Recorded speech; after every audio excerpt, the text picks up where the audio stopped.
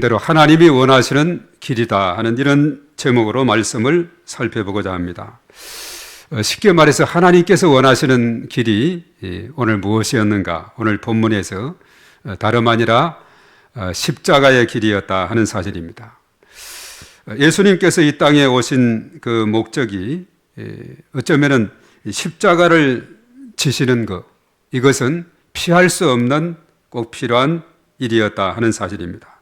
자, 그렇지만 십자가를 지는 그 일이라는 것은 쉬운 일이 아니고 거기에는 고통이 따르고 또 고뇌와 수치, 희생이 따르는 것이기 때문에 그래서 참으로 십자가를 짐에 있어서 이것을 결정한다는 것은 참 쉬운 일이 아니고 그래서 그 전에 오늘 예수님은 기도가 필요했던 상황이었습니다.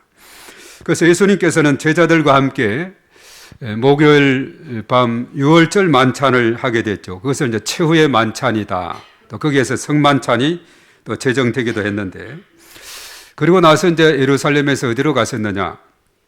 감람산으로 가게 되었습니다.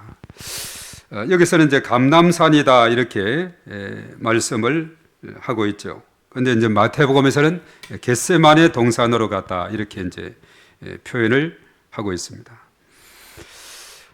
여기에 가서 오늘 예수님께서는 여기에 말씀했듯이 습관을 따라 이렇게 말했어요.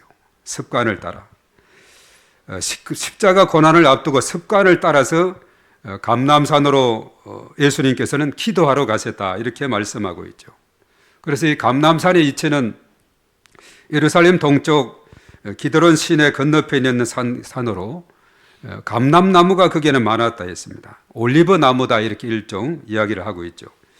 특별히 그 서쪽 기슭이 감람산의 서쪽 기슭이 겟세마네 동산이다 이렇게 부르기도 합니다. 그 겟세마네 동산은 예수님께서 그 유대 지역에서 사역하실 때마다 늘 습관적으로 찾아가서 기도했던 그 기도의 동산, 겟세마네 동산이다 이렇게 말합니다. 그래서 예수님은 언제나 그 기도의 자리를 거기에서 늘 지켰어요.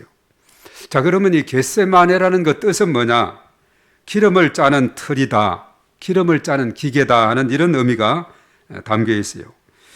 자, 이 틀은 감람나무 밭에서 감람류를 짜내는 도구로 사용이 됐는데 우리가 그림을 보면 좀 쉽게 이해를 하겠죠. 첫 번째 그림을 보면은 저게 바로 하솔 지역, 유대 남부 그 지역에 그 지역에서 흔히 그 당시 한 2000여 년 전에 썼던 이 감람유를 짜는 그 틀, 또 기계다 이렇게 말하고 있죠. 저기에 감람 열매를 넣어서 이렇게 돌리고 하면은 맷돌처럼 돌리면은 거기에 감람유가 이제 짜여지는 그런 것을 의미하고 있습니다. 그래서 기름 짜는 틀이다 하는 이것이 겟세마네 그 동산의 이름의 뜻이 또 그런 이름이 있어요.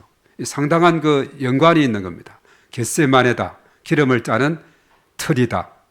자, 거기에서 두 번째 그림을 보시면은 예수님이 기도하시는 그 장면입니다.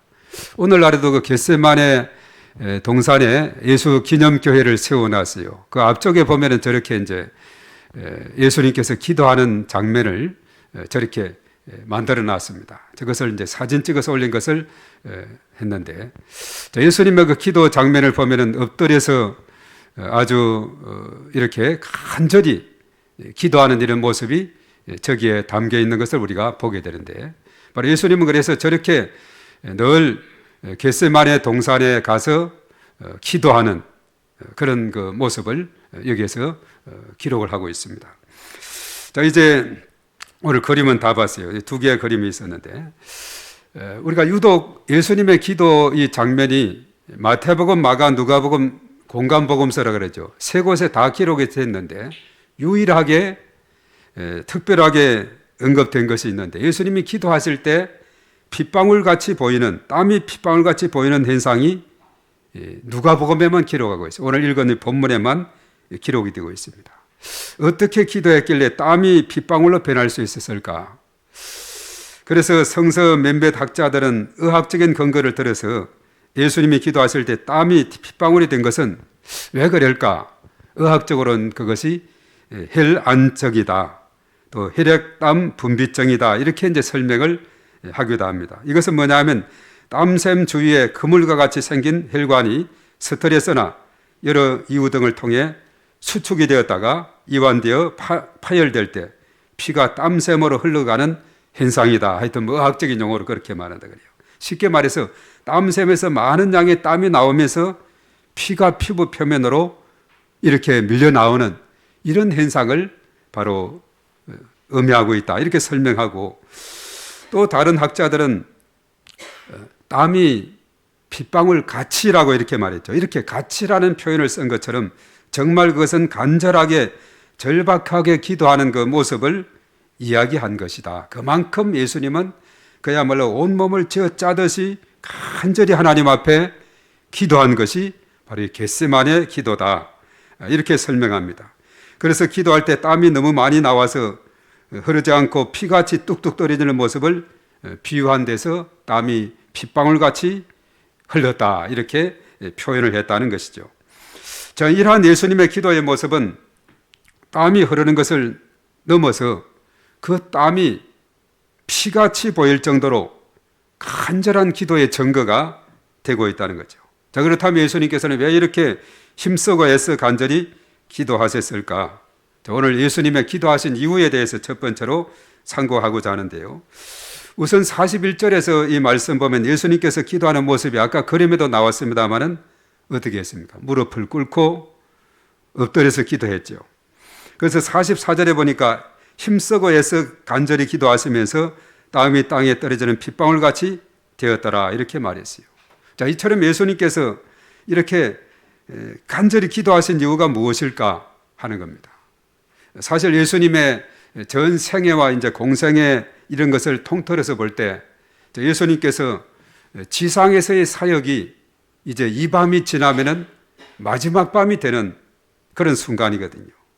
이제 목요일 밤, 이 밤이 지나면은 가룟 유다여에서 오늘 이 본문 바로 다음에 나오죠. 파는 자가 왔다. 이제 팔림을 당하게 되고, 그리고 이제 체포를 당해서 고초를 당하시고 십자가를 지는 것이 그 다음날 금요일, 그래서 성금요일이다 이렇게 말하는데, 이렇게 예수님께서 간절히 기도한 것은 지상에서의 사역을 가장 마지막으로 마감하는 이 밤에, 십자가를 지기 전날 밤에 바로 십자가 고난이 임박하자 긴장도 됐겠죠. 이 밤이 지나면은 내가 십자가성에서 피 흘려 죽게 되는 이런 상황까지 예수님은 모를 리가 없습니다. 우리가 쭉 전후 전체를 읽어보다 보면은 다 하나님께서 계획하신 그 일들이 가상치련이 있지 않습니까? 거기에서 이것을 종합적으로 보면은 예수님께서는 자신의 삶이 이제 지상의 삶이 거의 다 끝나가는 것을 느끼고 있은 것을 보게 됩니다. 흔히 사람들도 마찬가지예요. 이렇게 쭉 살아가시다가 이제 생애 끝날 때쯤 되면 뭔가 이제 내 삶이 얼마 남지 않았다, 이런 것을 직감을 하는 그런 느낌을 많이 보게 되는 거죠. 그래서 나름대로 준비를 하고 이런 것을 보게 되는데, 예수님께서도 이제 지상에서의 삶이 마지막이다, 이 밤이 지나면 끝이다, 이것을 알았기 때문에 끝이다 생각이 되니까 긴장이 되기도 하고, 또 십자가 생각하니까 너무나 고통스러운 것이 또 떠오르게 되고, 왜냐하면 그 당시 십자가형이 가장 잔인하고 가장 그 끔찍한 것이었거든요. 십자가에 사람을 매 달리게 되면은 어떤 경우는 맨날 며칠 동안에 막 피를 흘리고 그냥 그 뜨거운 태양빛에 바짝 말라서 죽어가는 이런 끔찍한 일이 가장 힘든 겁니다. 여러 가지 고대 사회도 사형의 방법이 여러 가지 있었지만 가장 흉악하고 힘든 것이 십자가형이다 하는 것이죠. 예수님은 이 모든 것을 다 아시게 된 것이. 그래서 예수님께서 이제 기도하기를, 고통스러운 이 길을 피할 수만 있다면 피했으면 좋겠다, 이것이 바로 자신의 생각이었습니다. 그럼 오늘 이 말씀 우리가 42절에 읽었습니다마는 그것이 어떤 기도였느냐, 우리 42절은 한번 읽어보도록 하겠습니다. 다 같이 시작.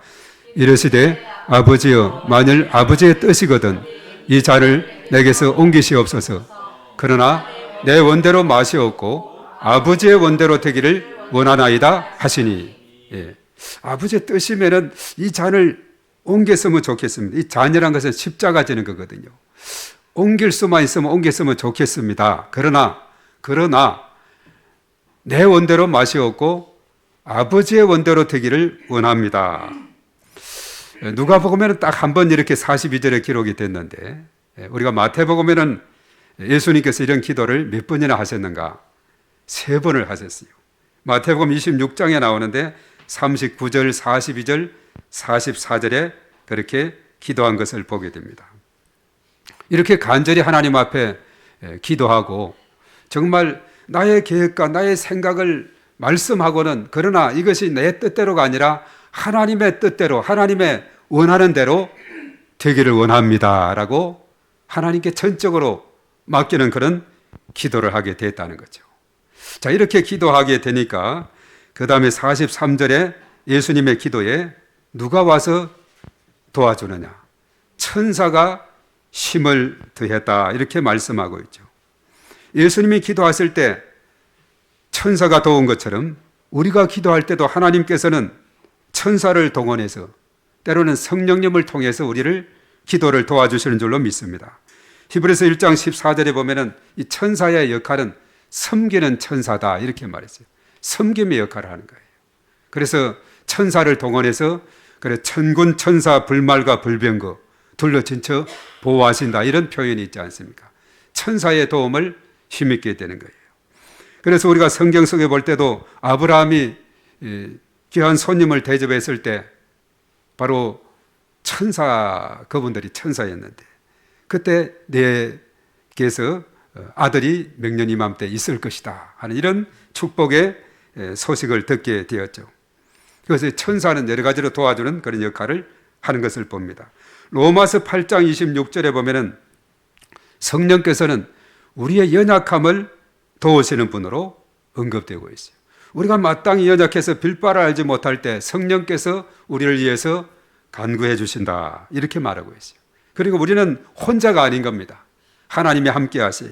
삼위일체 하나님이 함께 하시고 또 성령님께서 우리의 기도를 도와주시고 붙들어 주시고 천사를 동원해서 우리를 도와주시고, 그래서 우리 믿음의 사람들은 혼자가 아니에요. 혼자 같지만은 혼자가 아니고 하나님께서 언제나 동행하시고 하나님께서 언제나 함께 하시고 은혜를 베풀어 주심을 믿습니다. 자, 인간의 연약함을 아시는 예수님은 기도의 본을 보이시고 제자들에게 계속해서 기도해야 된다고 말씀했어요. 왜 제자들에게 기도하라고 했느냐?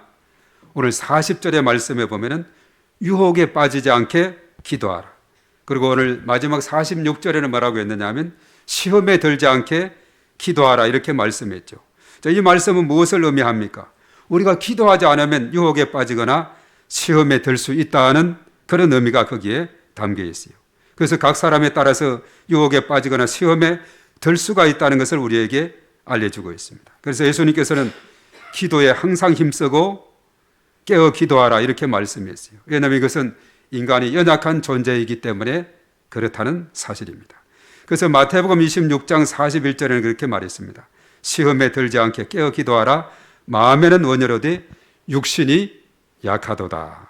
우리 육신은 연약합니다. 인간은 연약한 존재에 속하는 것이지요. 그렇기 때문에 끊임없이 하나님 앞에 기도하고 하나님의 도우심을 구하고 하나님이 함께 해주시도록, 지켜주시도록 우리가 기도를 해야 될 줄로 믿습니다. 실제로 예수님은 절박한 상황에서 기도한 후에 제자들에게 가봤어요.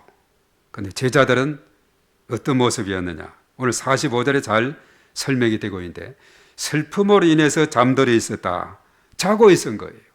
슬픔으로 인해서 자고 있었다. 왜냐하면 제자들도 그렇게 열심히 신뢰하고 따르고 이렇게 했던 예수님이 이 세상을 떠나간다는 그 소식에 너무나 또 허탈감에 빠져 있는 그런 모습을 보게 되죠. 예수님이 과연 십자가에서 죽어서 돌아가신다니, 그럼 우리는 뭐냐? 우리가 끝인가? 여러 가지 많은 그 생각에 그들은 슬픔과 여러 가지 낙심과 절망 가운데서 그냥 어쩌면은 그냥 잠잠해서 모든 것을 그냥 내려놓고 잠자는 그런 모습을 보게 되는 겁니다. 제자들은 예수님께서 처하신 고통의 상황에도 불구하고 잠들어 버렸어요. 그것은 나약한 모습을 보였습니다. 이런 제자들에게 예수님은 그랬죠. 어찌하여 자느냐, 시험에 들지 않게 일어나 기도하라. 오늘 46절에 말했죠.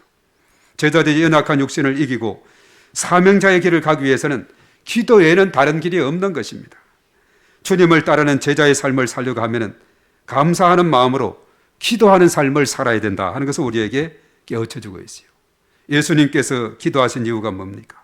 인류 구원을 위한 십자가를 지는 그 문제, 큰 문제를 두고 하나님 앞에 기도한 거예요. 십자가.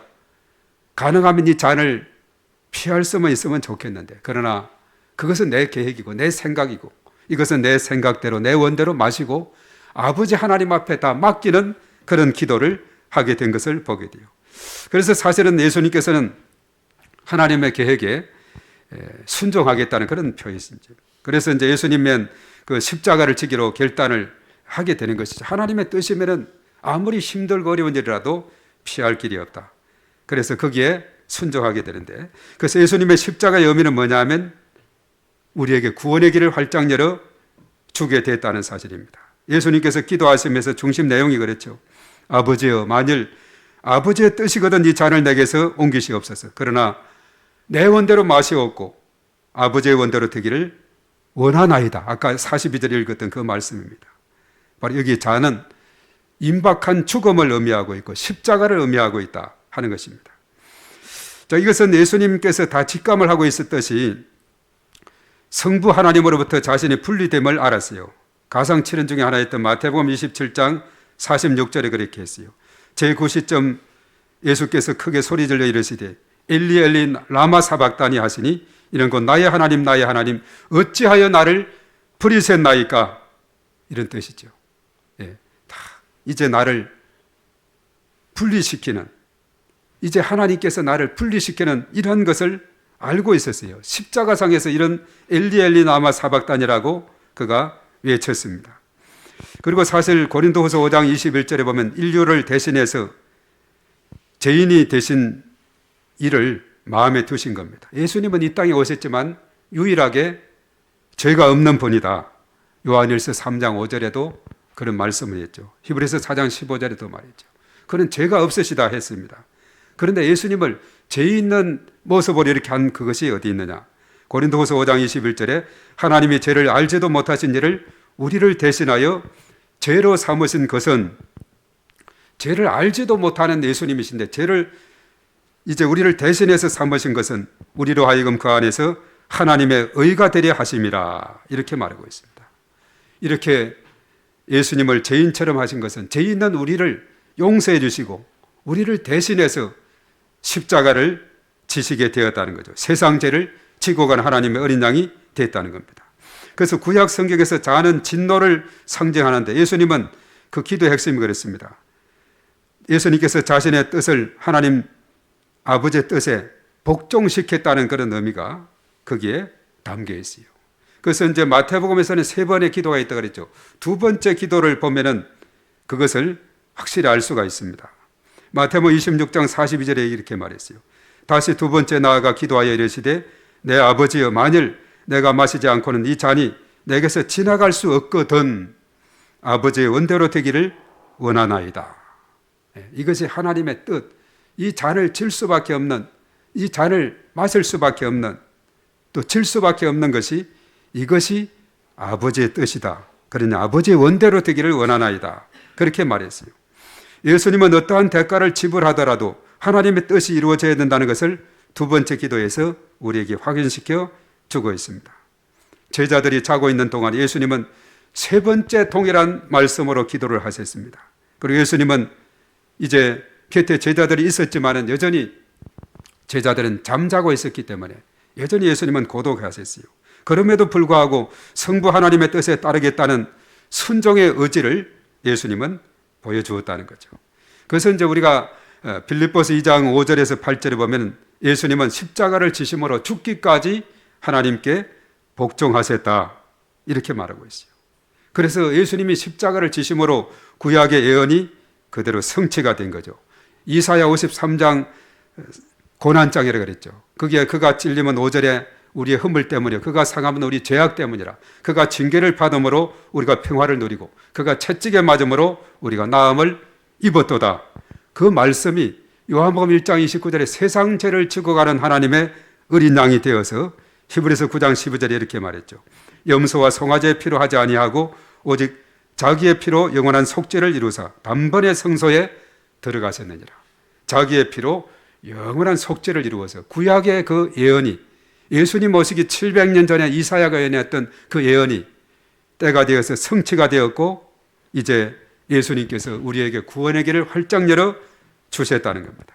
그래서 누구든지 이제는 믿는 자에게 놀라운 축복과 특권이 주어지게 돼요. 저와 여러분들에게 영접하는 자 곧 그 이름을 믿는 자들에게 하나님의 자녀가 되는 권세를 주신 줄 믿습니다. 요한복음 1장 12절에. 그리고 우리가 하나님 앞에 이제 자녀이기 때문에 하나님 아버지에게 구하라 주실 것이요 찾아라 찾을 것이요 두드리라 열릴 것이다. 기도하면 응답받을 수 있는 특권이 주어졌어요. 그리고 병든 자 고치고 귀신 들린 자 쫓아내는 권세도 우리가 힘있게 되어 있어요. 예수님의 이름으로 어떠한 악한 은수 마귀도 떠나갈지어다 할 때 떠나가게 되고 예수님의 이름으로 우리가 병든 자도 안수해서 기도하고 치료할 수 있는 능력이 우리에게 주어졌고 복음 전파를 땅끝까지 할 수 있는 그런 권세도 우리에게 주어지게 됐다는 것. 예수님이 십자가에 돌아가셨기 때문에 우리에게 주신 혜택들이 너무나도 많은 것입니다. 저와 여러분들이 무엇보다도 하나님의 자녀로 구원받은 하나님의 백성이 됐다는 것. 너무나도 감사한 일이 되고 있습니다. 이제 우리가 마지막으로 생각할 것은 뭐냐면 예수님의 순종의 의미는 나에게 어떤 영향을 주느냐 하는 거 우리가 더 구체적으로 생각을 해보고자 하는데요. 자, 예수님을 믿는 사람들은 예수님처럼 그의 순종하는 삶을 배우고 따라야 된다는 겁니다. 예수님은 성부 하나님께 순종함으로 순종의 본을 보여주셨어요.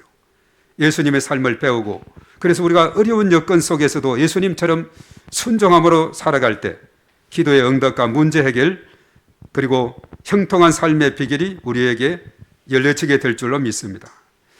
우리의 인생의 삶은 그렇습니다. 누가 그래요? 우리 인생은 늘 좋은 일만 있는 것이 아니다. 늘 직선으로만 이어지지 않는다. 마치 우리가 길을 가다 보면 9번 길도 있죠. 마찬가지로 인생의 길에는 굴곡이 있다는 겁니다. 밝은 날도 있지만은 때로는 깊은 어둠 속에 머물러야 될 때도 있다는 겁니다. 하지만 어둠이 길더라도 포기하지 않으면 때가 되면 다시 밝은 빛이 비칠 것입니다. 마치 터널을 통과하는 과정과 같은 거예요. 터널을 처음 들어갈 때는 어둡죠. 물론 요즘은 이제 불을 잘 켜놔서 밝지만은 그러나 불이 어떤 곳은 희미한 곳이 있죠. 그 터널을 들어가면 깊이 들어갈수록 빛은 가까이 오게 되어 있는 겁니다. 그래서 우리는 인내하는 거예요. 이 터널 조금만 더 가면 조금만 한 발자국만 더 가면 밝은 빛이 있다는 것을 우리는 다 알게 되죠. 그래서 힘든 시기에는 우리가 잠시 모든 것을 내려놓고 자신을 돌아보며 재정비하여 잠잠히 하나님의 뜻을 구하며 인내할 때 하나님의 때에 기회는 반드시 오게 될 줄로 믿습니다. 그래서 우리가 세상을 살아갈 때 각 사람에 따라서 여러 가지 문제를 직면하게 되어 있어요. 누구에게나 십자가가 있다는 겁니다. 사람에 따라서 어떤 사람은 그래요. 건강에 문제가 있을 수가 있습니다. 어떤 사람은 물질의 문제가 있을 수가 있어요. 어떤 사람은 자녀의 앞길에 문제가 있을 수 있습니다. 어떤 사람은 일터 안에서 문제가 있을 수가 있어요. 어떤 사람은 사람과 사람과의 관계의 문제, 이런 문제들이 있을 것입니다. 그러니까 이런 가운데서도 우리는 낙심하지 아니하고 절망하지 아니하고 잘 될 거야, 할 수 있다, 하면 된다, 해보자는 이런 믿음으로 나아갈 때 하나님께서 하나님의 때에 그 길을 열어주시고 또 인도해 주실 줄로 믿습니다. 우리가 낙심하지 않고 기도 생활을 멈추지 않을 때 유혹과 시험은 물러가고 문제는 해결될 것입니다. 불평과 원망이 감사로 바뀌게 될 줄로 믿습니다. 어려운 환경과 여건 속에서 하나님의 도우심으로 역전의 인생을 산 그런 사람들이 너무나 많아요. 여러 간증의 주인공들이 많이 있습니다. 우리가 불평에서 감사로 사는 삶에 대해서 성경 속에서도 찾을 수가 있고 또 우리가 여러 가지 많은 이야기를 들을 수 있어요. 대표적으로 요셉과 같은 사람이 그랬죠. 형들에 의해서 노예로 팔림을 당하고 감옥살이까지 하는 억울한 사람이 됐지만은 그러나 창세기 45장 5절이 그랬어요. 형님들, 나를 팔았다고 근심하거나 한탄하지 마십시오. 하나님께서 생명을 구원하시려고 나를 먼저 이 땅 애굽 땅으로 보냈습니다.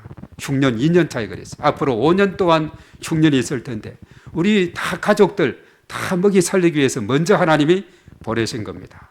얼마나 그 해석이, 인생의 해석이 뛰어납니까? 형들은 미워서 그냥 죽이지 못해서 팔아넘겼는데 요셉은 이렇게 해석하는 거예요. 하나님이 하셨다고 이렇게 말했죠. 우리가 특별히 송명희 시인이라고 있습니다. 뇌성마비로 장애를 힘입고 이 땅에 태어났어요. 그리고 17살 때 하나님을 만나기 전까지 그녀는 장애와 가난한 집안과 부모님을 원망하면서 힘겨운 시절을 보냈어요. 그런 어느 날 자신의 몸조차 가누지 못하던 그녀에게 하나님께서 찾아오신 거예요. 내가 너를 기름 부어 쓰겠다. 내가 부르는 대로 받아 적어라. 그래서 시를 불러주기 시작했습니다. 단어 하나 받침까지 불러주셨어요. 그녀는 처음에 하나님의 다가오심을 인정할 수 없었지만 마침내 굴복하고 하나님의 손에 붙잡히니 시인이 되었어요. 나, 그 이름, 그리고 너의 쓴 잔을 등 여러 가지 많은 신앙인의 신금을 울렸습니다. 또한 그녀는 찬양과 시집을 비롯해서 20여 권의 책을 내고 수많은 곳에서 간증을 하는 그런 사람이 되었습니다. 이 비슷한 사람이 일본에도 있어요. 미즈노 겐조라는 시인인데 그런 모든 신체가 마비되어서 눈을 깜빡깜빡하는 것 외에는 아무것도 할 수 없었습니다. 그럼에도 불구하고 눈을 깜빡여 시를 썼다는 거예요. 누군가의 도움 없이는 어떤 것도 할 수 없었지만 그런 불평하기보다 오히려 감사했습니다. 바로 송명희 시인 그리고 겐조, 이 두 사람이 느낄 수 있는 것은 뭡니까? 놀라운 감사의 힘입니다. 이들의 시에는 항상 감사가 담겨 있어요. 우리는 무엇 때문에 자주 불평합니까? 또 주된 불평 이유가 뭡니까? 바로 이것을 바꾸어 생각하면 불평의 이유가 감사의 조건이 될 수가 있는 줄로 믿습니다. 그래서 미즈노 겐조라는 이 사람이 눈과 귀라는 이제 시를 썼는데 이렇게 말했어요. 뇌성마비로 모든 것을 빼앗겼지만 하나님은 눈과 귀만은 지켜주셨다. 눈으로 말씀을 읽도록, 귀로 말씀을 듣도록, 말씀으로 구원하시기 위해 얼마나 짧으면서도 우리에게 감동이 되고 그의 삶 전체를 동원해서 지은 이 시가 얼마나 감동이 되는지 모릅니다. 그의 약점이 강점이 되는 거예요. 그것을 통해서 하나님께서 구원의 길로 인도해 주셨다. 이렇게 말씀합니다. 자, 오늘 감람산을 찾아서 겟세마네에서 기도하신 예수님처럼 우리도 하나님 앞에 나아갈 때 하나님께서 놀라우신 은혜를 부어 주실 줄로 믿습니다. 예수님께서 하나님의 뜻에 전적으로 순종할 때 놀라운 하나님의 역사를 우리가 바라보게 되는 것입니다. 십자가를 지는 것, 고통과 수치지만은 결국 자신의 뜻이 아닌 하나님의 뜻에 예수님은 순종했습니다. 순종의 본이 된 것이죠. 그래서 우리가 빛을 보게 된 것이 구원의 길이 열렸습니다. 누구든지 믿음으로 구원을 얻게 됐어요. 기도하는 자만이 하나님의 뜻대로 하나님의 비밀을 전하는 사명자로 굳게 설 줄로 믿습니다. 내 자신과 세상이 원하는 길이 아닌 하나님이 원하시는 길로 삶의 방향을 맞추게 된 것이에요. 우리도 예수님처럼 생명을 구원하기 위해서 몸부림치는 그런 기도가 필요한 줄로 믿습니다. 하나님께서 나를 구원하고자 하시는 그 한 사람 우리는 이에서 기도해야 될 줄 믿습니다. 그를 위해 기도하는 삶이 펼쳐지게 될 때 하나님께서 우리에게 놀라운 은혜를 부어주시고 축복해 주실 줄로 믿습니다. 자, 오늘 이 말씀 우리가 생각하면서 우리 함께 기도하며 나가겠는데 나 주님의 기쁨 되기 원하네. 이 말씀 우리가 생각하면서 찬송하고 함께 기도하겠습니다.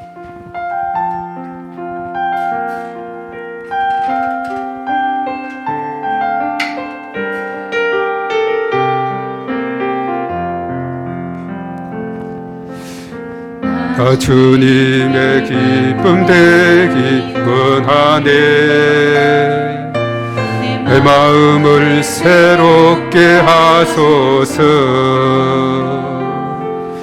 새 부대가 되게 하여 주사. 주님의 빛 비추게 하소서. 처음부터 나 주님의 기쁨 되기 원하는 한 번 더 합니다. 나 주님의 기쁨 되기 원하네. 내 마음을 새롭게 하소서. 새 부대가 되게 하여 주사. 주님의 빛 비추게 하소서.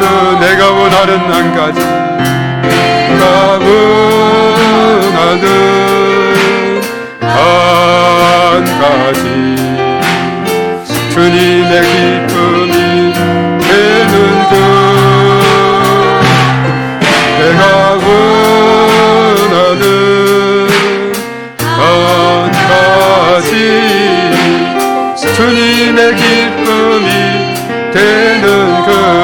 겸손히 내 마음 드립니다. 겸손히 내 마음 드립니다.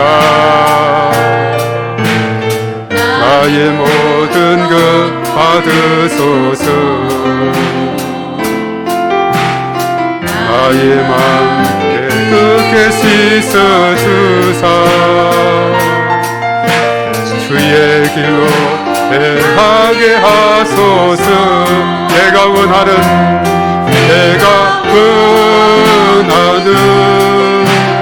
한 가지, 주님의 기쁨, 주님의 기쁨이 되는 것. 내가 원하는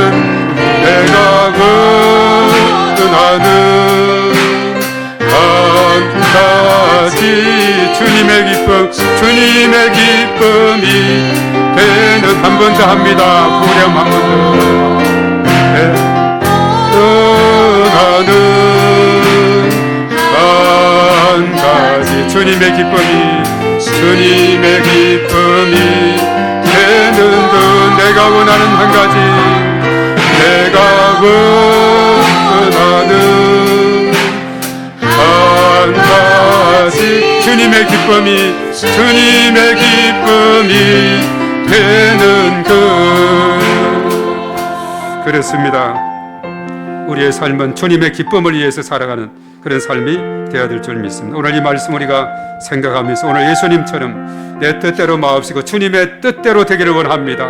이렇게 나아갈 때 주께서 친히 이루시고 성취하시고 역사해 주실 것을 믿습니다. 우리 다 같이 우리 말씀을 생각하면서 주여 삼창하고 기도합니다. 주여, 주여, 주여. 존귀하신 하나님, 우리 하나님의 사랑을 진심으로 감사를 드리옵나이다.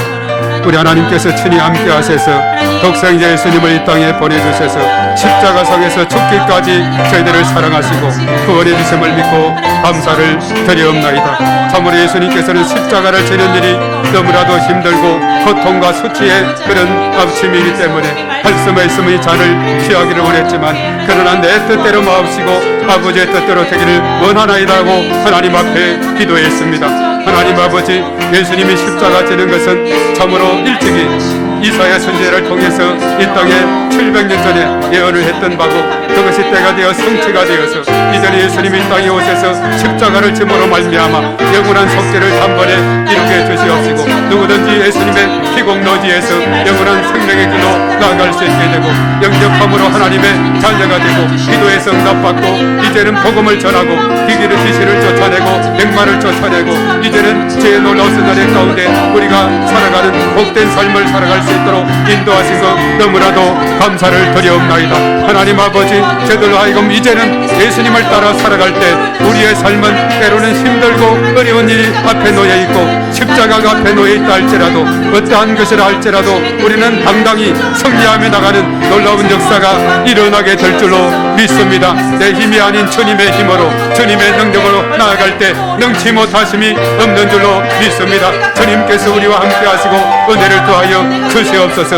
우리 인간은 오늘 예수님의 제자들처럼 너무나도 연약하고 연약할 따름입니다. 그러나 우리 주님께서 함께 하시고 또한 능력을 더해 주시면 능치 못하심이 없는 줄로 믿사오니 우리가 이 땅에 살아가면서 여러 가지 힘들고 어려운 상황 가운데서도 하나님의 놀라우신 은혜 가운데 아버지 하나님의 붙들어 주시고 제 크신 권능 가운데 아버지 하나님 인도해 주시어서 온전히 주님께 맡기고 나아갈 때 하나님의 주님의 때에 하나님께서 이루어주시고 성취하여 주실 것을 믿습니다. 그런 거로 낙심하지 아니하고 포기하지 아니하고 절망하지 아니하고 믿음으로 나아갈 때 하나님께서 이제는 아버지 하나님의 우리의 어려운 여건이 감사로 바뀌는 놀라운 역사가 일어나게 될 줄로 믿습니다. 우리의 삶 가운데 어떠한 장벽이 있고 장애물이 있다 할지라도 낙심하지 아니하고 믿음으로 나아갈 때 하나님께서 저들에게 한량없는 은혜로 함께하시고 인도하여 주실 것을 주여 믿습니다. 할렐루야. 주님을 찬양합니다. 주님 도와주시고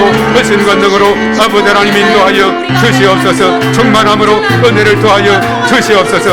오늘 예수님의 순종에 오늘 우리가 배우게 하시고 그 말씀대로 우리가 나아갈 때 언제리 하나님의 놀라우신 은혜를 힘입는 귀한 역사가 일어나게 될 줄로 믿습니다. 할렐루야. 주님을 찬양합니다. 주의 이름을 높여드립니다. 주님께서 은혜를 더하여 주시옵소서. 충만함으로 인도하여 주시옵소서. 이름 부어 주시옵소서. 우리의 삶 가운데 하나님께서 행통한 아버지 일로 열어주시옵기만을 주여 간절히 바라옵고 원하옵나이다. 오 주여 믿습니다. 주님 도와 주시옵소서. 충만케 역사하여 주시옵소서. 주여 믿습니다. 존귀하신 하나님 감사합니다. 독생자 예수 그리스도 이 땅에 보내주시고 우리에게 구원의 길을 활짝 열어주신 것 너무나도 감사를 드립니다. 예수님의 피, 이것은 단번에 영원한 속죄를 이루므로 이제는 더 이상 짐승의 피를 잡을 필요도 없게 되었고, 이제는 예수님의 그 십자가가 열어놓은 구원의 길에 우리는 누구든지 마음의 문을 활짝 열고 예수님을 영접함으로 우리는 구원받은 하나님의 자녀로 삼아주신 것 너무나도 감사를 드립니다. 우리 앞에 어떤 장애물이 있고 어떤 십자가가 놓여있다 할지라도 우리는 낙심하지 아니하고 포기하지 아니하고 믿음으로 나아갈 때 하나님께서는 합력해서 선을 이루시고 우리 하나님께서 저희들을 축복의 길로 형통의 길로 인도하여 주실 것을 믿습니다. 이 믿음 놓지 아니하고 끝까지 나아가는 저희 모두가 되게 하여 주시옵소서. 이제는 우리 주 예수 그리스도의 은혜와 하나님 아버지의 한량없으신 그 놀라우신 사랑하심과 보혜사 성령님의 내주하시고 인도 역사 충만 기름 부으심 그리고 교통하심이 오늘 이 시간 참여한 우리 모두에와 우리의 가정과 자녀, 생활, 직장, 사업장 일터에 몸된 교회와 이 나라의 민족과 온 열방위에 이제와 영원토록 함께 하시옵기만을 간절히 축원하옵나이다. 아멘.